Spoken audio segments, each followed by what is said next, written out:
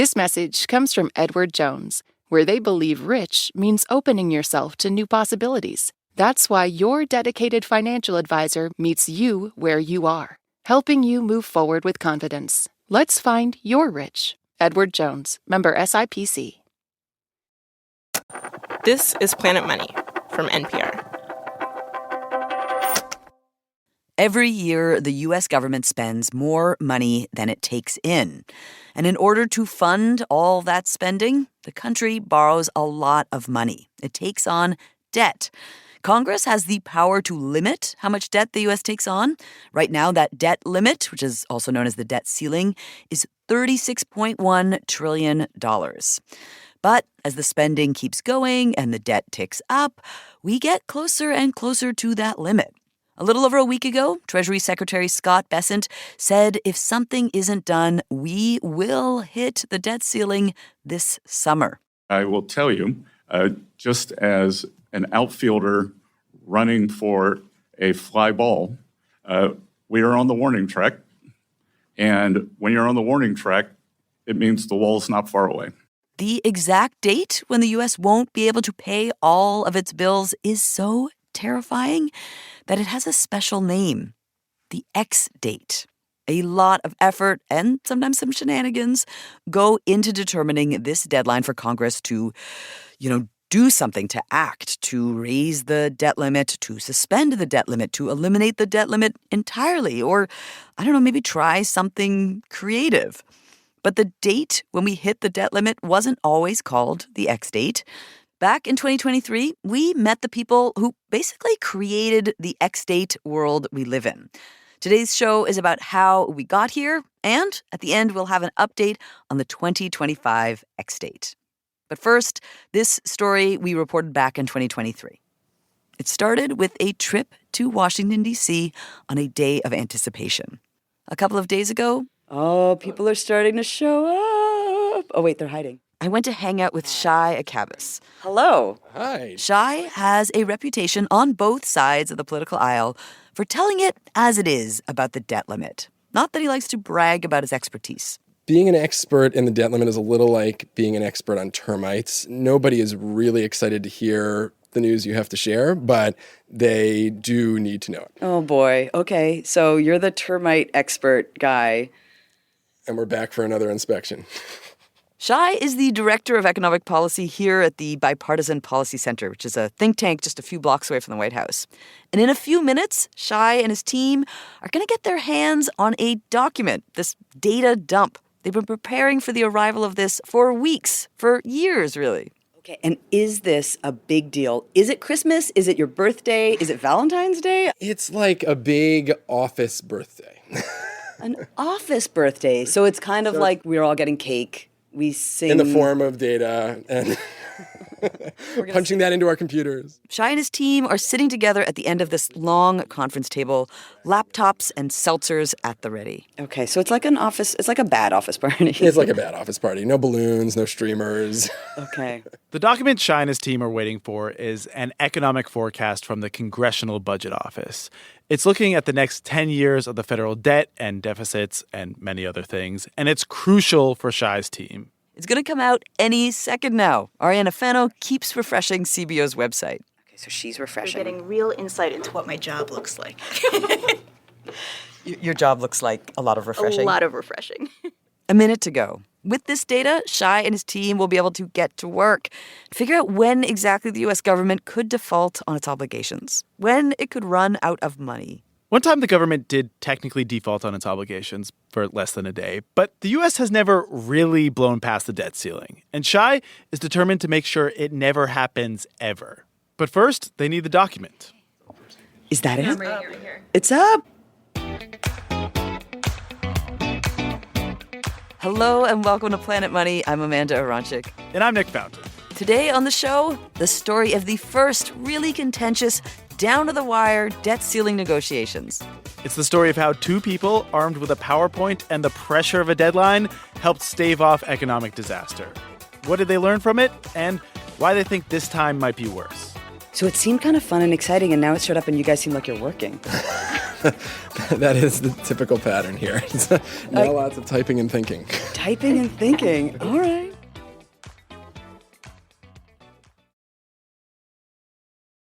This message comes from American Home Shield.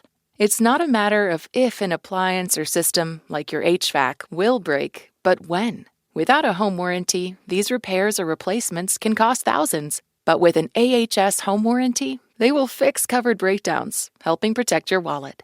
Get 20% off all plans at ahs.com/NPR and see promo details. See ahs.com/contracts for coverage details, including service fees, limitations, and exclusions. This week on Wait, Wait, Don't Tell Me, we talked to legendary musician Jason Narducy about being in a punk band when he was just 11 years old. We broke up when I was 12. And I just felt like I needed to go through puberty without band drama.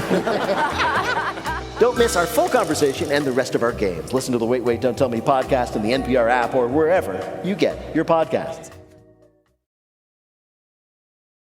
If it feels like we've been here before, that's because we have. Congress has adjusted or raised the debt ceiling 78 times since 1960. But of those times, one stands out as being the most hectic, the most acrimonious, the most detrimental to the health of our economy. The debt ceiling crisis of 2011. Back then, Shai Akabas had just started at the Bipartisan Policy Center as an entry-level staffer. And, there was another new guy there. It was a current chair of the Federal Reserve, Jay Powell. The Jay Powell? The Jay Powell. Powell had worked at the Treasury Department in the 90s and then made a fortune in private equity, and he was looking for a way to get back into public policy. Yeah, so Jay actually came on as effectively a volunteer. An unpaid intern? Effectively an unpaid intern. I mean, I think we paid him $1 or something. Soon after Jay Powell came in the door, he got a bad feeling about that year's debt ceiling negotiations. Remember, 2011 was a wild time in politics. It was a little more than halfway into President Obama's first term, and Republicans had just clobbered Democrats in the midterms. In part thanks to a new wing of hardcore Republicans who were sick of taxation and government spending. They were called the Tea Party, and they were very into theatrics and costumes. And we do this colonial outfit to remind the current government of the first revolution. And we are in a revolution right now, the American people. They would show up at press conferences in full Revolutionary War cosplay. Think triangle hats with feathers. One guy playing the role of founding father and Declaration signer, Button Gwinnett, is literally holding a musket. Today, rhino hunting season opens. The Tea Party had won a lot of seats, partly by promising to not raise the debt limit. And Tea Party activist / Revolutionary War guy Button was like, listen, newly elected representatives, we are going to hold you to that promise. If you vote to raise the debt ceiling, you get a 0 for the year from the Tea Party. If you don't vote to raise the debt ceiling, you score 100 and you're a hero. You're a 0 or a hero. Jay Powell saw that there was a bunch of bad information going around the debt ceiling and decided, maybe I could make a difference here. People need to know what the debt ceiling actually is and what blowing through it would actually mean. And so he started strategizing with Shai. Jay realized that the Republican side did not have faith that the Obama administration's Treasury Department was giving them reliable information. Oh, that's interesting. So Treasury is in the executive branch, and so they are sort of beholden to the president. Yeah, so right or wrong, they were viewed as potentially not an objective source as to the fundamentals of the debt limit and what they were asking Congress to do. Both sides couldn't agree on even this fundamental piece of information, when the U.S. government was going to run out of money. Treasury was putting out an estimated date, but Republicans figured, of course they'd lie to us about the timing. They're bluffing. They want us to make a deal before we have to. Jay Powell and Shai realized that to build trust in this highly political moment, there needed to be an independent auditor, a third party on all this debt ceiling information. Someone Republicans would trust, someone like Powell, who was a Republican and had worked at Treasury. So their first task, phase 1 of their new mission, figuring out that date, the date when the U.S. would run out of money, what they called the X date. were there like other names that you guys batted around, or was that literally the first shot? No, I think that was the first shot. What we had been using before that point was just describing it in many words, which is much less artful and hard to convey the date upon which the federal government will no longer be able to meet all of its obligations. For me, the X state name is just so clever. It's like X, the crossing point, and also X, do not enter. And also X, beyond here is variable. It's unknown. It's like a triple entendre. Uh-huh. But the task of trying to figure out that X date, not so easy. Think about how many ways the government makes money. The Department of Interior sells oil and gas leases. The FCC auctions off airwaves. And then, the biggest portion of government revenue, the IRS takes our money in taxes. And tax revenue is unpredictable. The Treasury Department doesn't know when you're going to pay your taxes or when I'm going to pay my taxes, and those are payments that factor into the X date. Obviously, multiply that by millions, and you get the uncertainty that we have in the projections. There's even uncertainty month to month. Shai says people who are likely to get a tax refund often file early in February and March, so those months can be bad for the government's coffers. But April, when most of us pay our taxes, tends to be good for Treasury's balance sheet. And that's just the revenue side. Of course, the U.S. government also has bills to pay. This is going to sound stupid, but I always kind of assumed that people just sent like invoices to the government, like, please pay for these missiles that you bought within 60 days or whatever. But it doesn't sound like the government works like that. Well, it does for many of its programs, and that's what causes a lot of the uncertainty that goes into our model. But Shai says if you are a keen observer, there is a document that can help you start to recognize patterns in government spending. It's called the Daily Treasury Statement. Do you get that in your inbox every morning? I don't, but I have it bookmarked on my internet browsers. It comes out, I believe, at 4 o'clock every afternoon, if I remember the time. Do you look at it at 4:01 every day? I usually do. Shai and Jay Powell look at months of these, trying to map out payments. All right, looks like we pay something like $1 or $2 billion to military contractors daily. Okay, got that. And it seems like on the 3rd of the month, that's when the big Social Security payment goes out. That's $23 billion. Type that in. There's a lot of data entry involved. We often get help from our interns on that. Shout out to the interns. Thank you. I've been an intern, and I know how much work that can be. And what does it look like? Is it like a Google Calendar, like $30 billion VA healthcare bill due in 10 minutes? Did you get the ping on your phone? It's close. It's an Excel spreadsheet. So, it is a very complicated Excel spreadsheet. Shai and Jay Powell ran their model, checked it twice, and got the X date, the day the U.S. could run out of money to pay its bills. Deadline for 2011, drumroll please, August 2nd. The clock was ticking. It was now time for phase 2 of Shai and Jay's debt ceiling adventure. It was late June, and so they had just 35 days to convince lawmakers that the X date was serious and that they needed to act now. How did these two government outsiders do their convincing? Did they wine and dine the politicians, corner them on the 18th green of the Chevy Chase Country Club, buy them tickets to the National Symphony? Nah, they drafted up a PowerPoint. PowerPoint power rankings, you and Jay Powell, who wins? I'm not sure either of us are PowerPoint masters.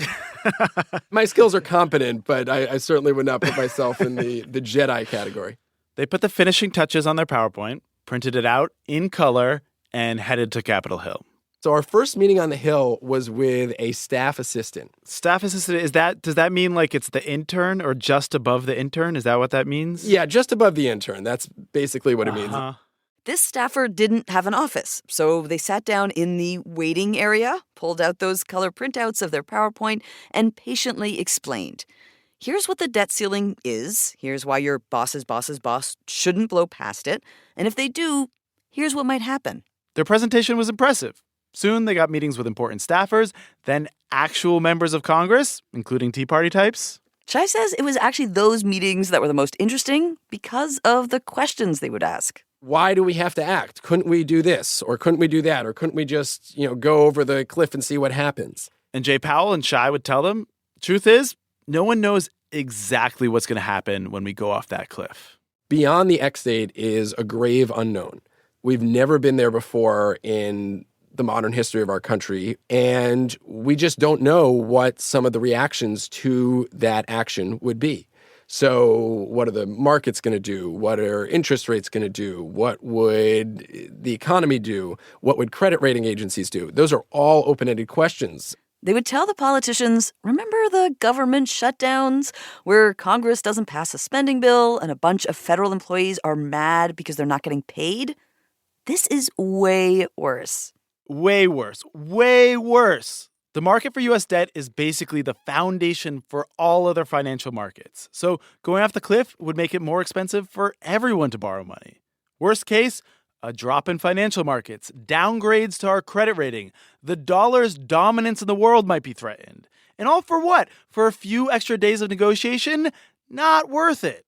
And when lawmakers would say, isn't there some secret plan or new magic money that Treasury could create to avoid catastrophe after we go off the cliff? Shai and Jay Powell would say, well, let's think that through. So one idea that was floating around at the time was, couldn't the United States government print script? So basically an alternative currency like IOUs that we would hand out to people instead of actual money. And we would just go on like this for a period of time until the debt limit situation resolved itself. And Jay had to talk through this and explain what some of the ramifications to that could be. You know, I would argue that that would make us look closer to a banana republic than the preeminent leader of the global economy. But it was an idea that was on the table at the time and one that needed to be talked through. To get the message out about the debt ceiling, Jay Powell and Shai would talk to anyone who would listen. We're back with Jay Powell. He is the visiting scholar at the Bipartisan Policy Center, out with new analysis that you authored, Mr. Including Powell, taking questions from random callers on C-SPAN. Let's move on to Dalton on our Democrats line in Benton, Kentucky. Hi, Dalton. I have a question for Mr. Powell. Go right ahead. What will happen to America if they do not raise the debt ceiling? So if the debt ceiling is not raised, then we will immediately, relatively immediately, within a few days, find ourselves unable to pay about half of our non-debt-related bills. Non-debt-related bills. Before I worked on the show, I figured that if the U.S. went off that debt cliff, we would start to default on our debt immediately.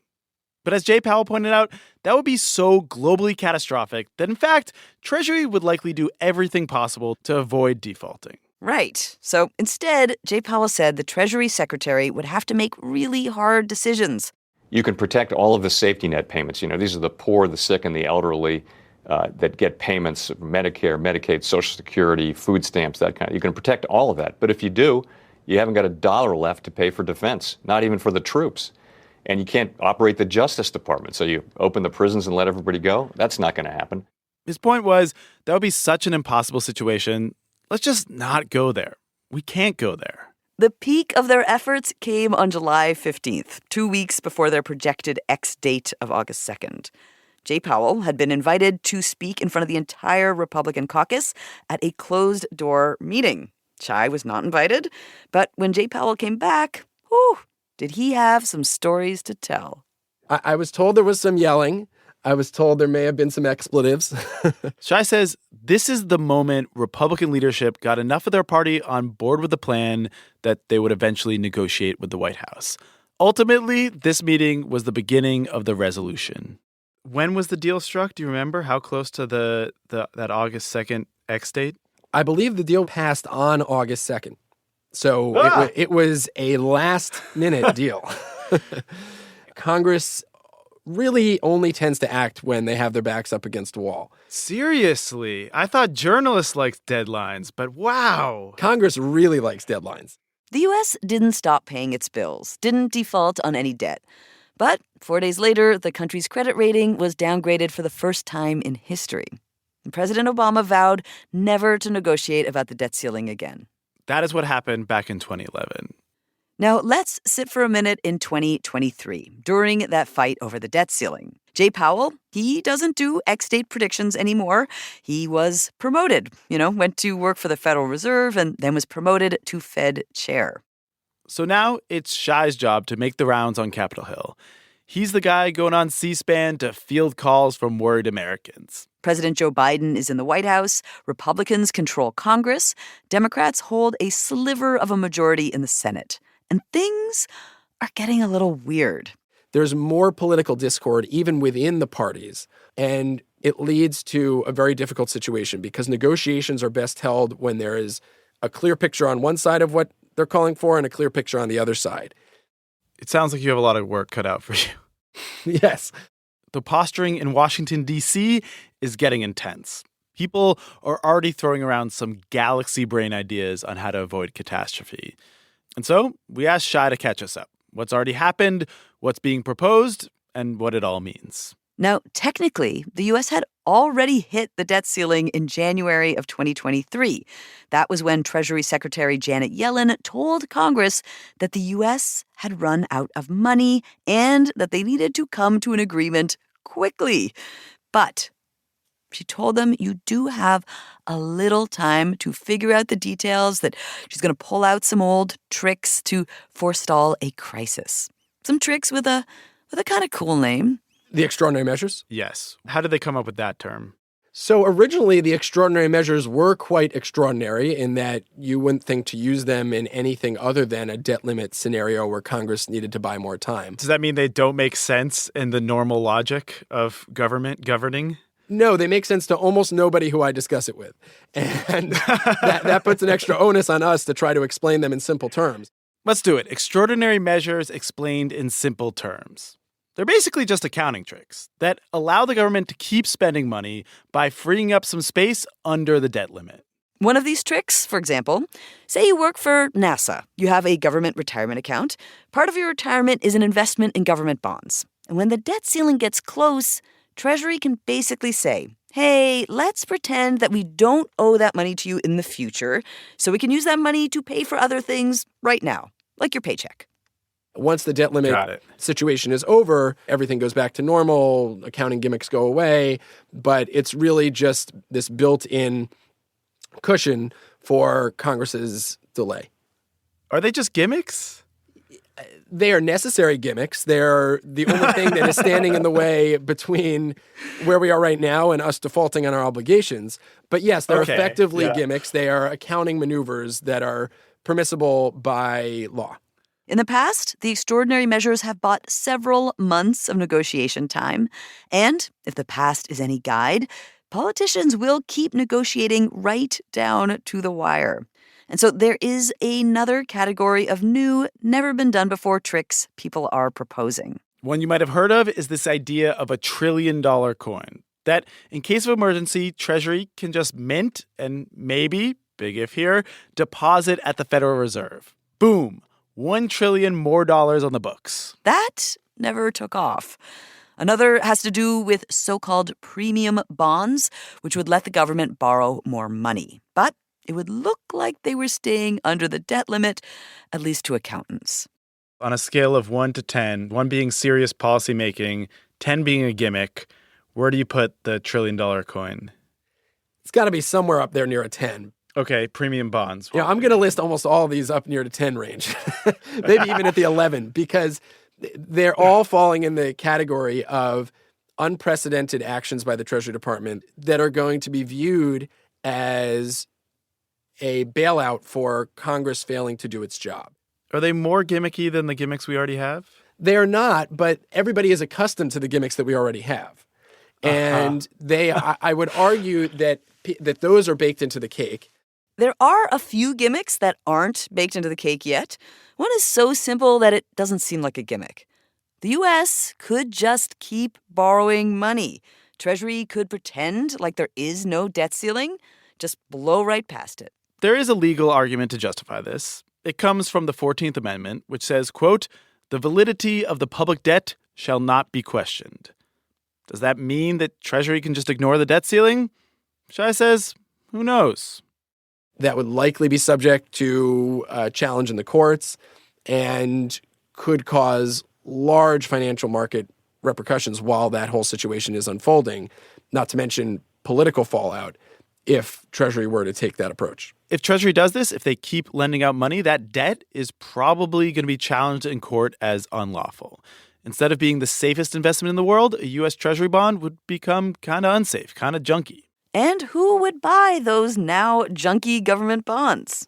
Well, there's this idea that maybe current Fed Chair Jay Powell would. And to be clear, this has never happened. This is not how the Federal Reserve is supposed to work. But in theory, the Fed could buy up that debt, keep the government running smoothly. Has Chairman Powell, to me, Jay to you, said anything about this? All he has said is that the Fed has no role in this debate, and it is up to Congress and the administration to take action and hold whatever negotiations they will. I am comforted by the fact that Jay is very familiar with this issue, and having somebody at the Fed in a worst-case scenario who understands it and the various dynamics, both economic and political, could be important.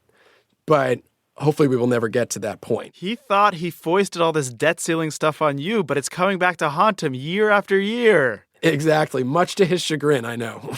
One thing Shai pointed out in 2023 was how the government could be having more meaningful debates around the country's debt and deficits when Congress is making decisions about how much to spend, how much to tax, solve it without an X date in sight. The system that we have makes very little sense. Nobody would start from scratch and come up with the political football of the debt limit that we have today. That was 2023. After the break, what is going on with the debt ceiling right now in 2025, and when is the new X date? This message comes from BetterHelp. People talk about mental health more openly now, but asking for help can still feel hard. BetterHelp's 2026 State of Stigma report surveyed 2,000 Americans and found that 85% believe getting support is wise, yet 74% say society discourages people from doing so. Don't let stigma stand in the way of support. Start therapy with BetterHelp. Visit BetterHelp.com/NPR. This message comes from American Home Shield. It's not a matter of if an appliance or system, like your HVAC, will break, but when. Without a home warranty, these repairs or replacements can cost thousands. But with an AHS home warranty, they will fix covered breakdowns, helping protect your wallet. Get 20% off all plans at ahs.com/NPR and see promo details. See ahs.com/contracts for coverage details, including service fees, limitations, and exclusions. This message comes from Thumbtack. Some tasks can feel easy, but home projects can bring second guesses. Is that noise normal? Is that water damage? Who should be called? That's where Thumbtack comes in. Just upload a photo or voice note, and it uses AI-powered search to match with the right top-rated local pro. So instead of guessing, there's clarity and confidence when hiring. For your next home project, try Thumbtack. Hire the right pro today. So that was 2023. And now in 2025, the X date is again looming. Shai Akabas is now a vice president at the Bipartisan Policy Center. He and his colleagues are still pulling data from the CBO's economic forecast, still working out of a hyper-complicated Excel sheet, still trying to figure out when exactly the X date is. Our model is running roughly the same way it always has, but there's, of course, new dynamics each time around. This time, new policy twists like tariffs. What kind of revenue does that bring in? And there's DOGE. Will that slow down the pace of spending? But what's really different this time, he says, is that big bill Republicans are advancing through Congress. It includes proposals that mount into the trillions of dollars on both the spending and the tax side of the equation. He explained all this to our producer, James Sneed. The debt limit as of now is tucked into that legislation as a $4 or $5 trillion increase. But we don't know that what its fate will be until we see how this package proceeds through the legislative process over the coming weeks. So in the interim, what's the thinking on this? How worried are you, I guess? Well, it's not often that the debt limit is tucked into some other major legislative debate. Usually those discussions take weeks, if not months. We could be finding ourselves in a matter of days with needing to extend the debt limit and no clear path to do so. So I guess I'll just ask again, how worried are you? I'm concerned, as I always am when we come up against the debt limit, that policymakers are going to fail to act in time. The Moody's rating agency downgraded the U.S.'s top credit rating in May. That's following Fitch and S&P, which downgraded the U.S. in 2023 and 2011, respectively.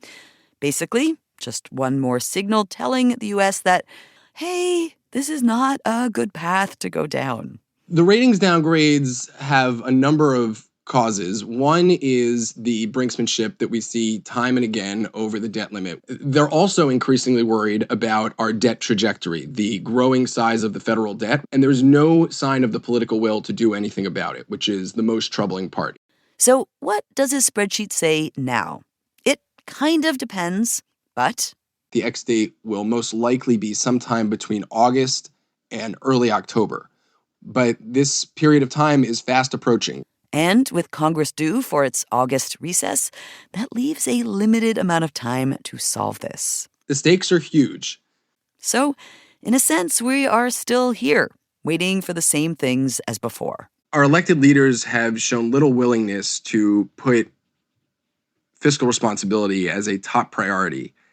And that's what we really need. We need to get our fiscal house in order.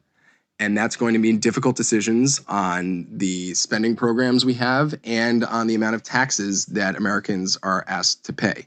Nobody wants to go back to their constituents and tell them that their benefits are getting cut or their taxes are going up. But those are the types of hard choices that are ahead of us. And we need our elected leaders to come together and put together a plan. Otherwise, we're going to keep dragging down our economic growth slowly but surely. And those problems could eventually come to a head in a way that is much more painful for households and businesses across the country. We've got a couple more episodes coming up related to this, like could our economy just grow so much it outgrows the national debt and solves the problem that way? Or how do we know when the debt itself is so big it's hurting the economy? Those are some questions we will tackle over the next few weeks. We are also going to take a trip to a big crypto conference, and we are going to wade into the world of bribery. The original episode was produced by Sam Yellowhorse Kessler with help from Alyssa Jong Perry, and it was engineered by Josh Newell and fact-checked by Sierra Juarez. It was edited by Jess Jiang. This update was produced by James Sneed, engineered by Jimmy Keeley, and it was edited by our executive producer, Alex Goldmark. Special thanks to Ron Elving, NPR politics editor and walking encyclopedia of political knowledge. I'm Nick Fountain. And I'm Amanda Aronchik. This is NPR. Thanks for listening.